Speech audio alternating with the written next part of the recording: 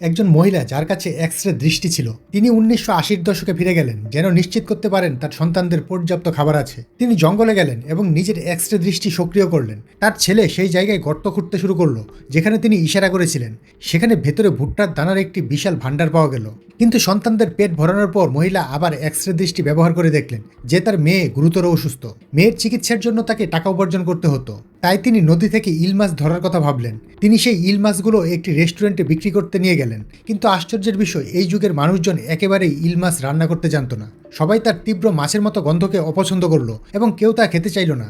যখন মহিলা দেখলেন যে তার এত কষ্ট করে ধরা ইল মাছ মানুষ পছন্দ করছেন না, তখন তিনি রেস্টুরেন্টের শেফকে নিয়ে মজা করলেন যে তিনি সঠিকভাবে প্রশিক্ষিত নন। তিনি আরও বললেন যে তার রান্না করা ইল মাছ অত্যন্ত সুস্বাদু হয়। আশ্চর্যের বিষয়, তখন ওই মালিক পাশে দাঁড়িয়েছিলেন।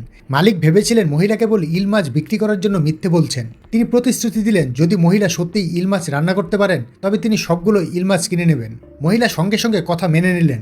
এরপর তিনি রান্নাঘরে রান্না শুরু করলেন। অচিরেই রেস্টুরেন্টে রান্নার সুগন্ধ ছড়িয়ে পড়ল। মালিক খুব অবাক হয়ে গেলেন। আত্মবিশ্বাসের সঙ্গে মহিলার রান্না করা ইল বাইরে নিয়ে এলেন। যখন সবাই তার রান্না করা ইলের স্বাদ চেখে দেখল, তারা বিস্মিত হয়ে গেল।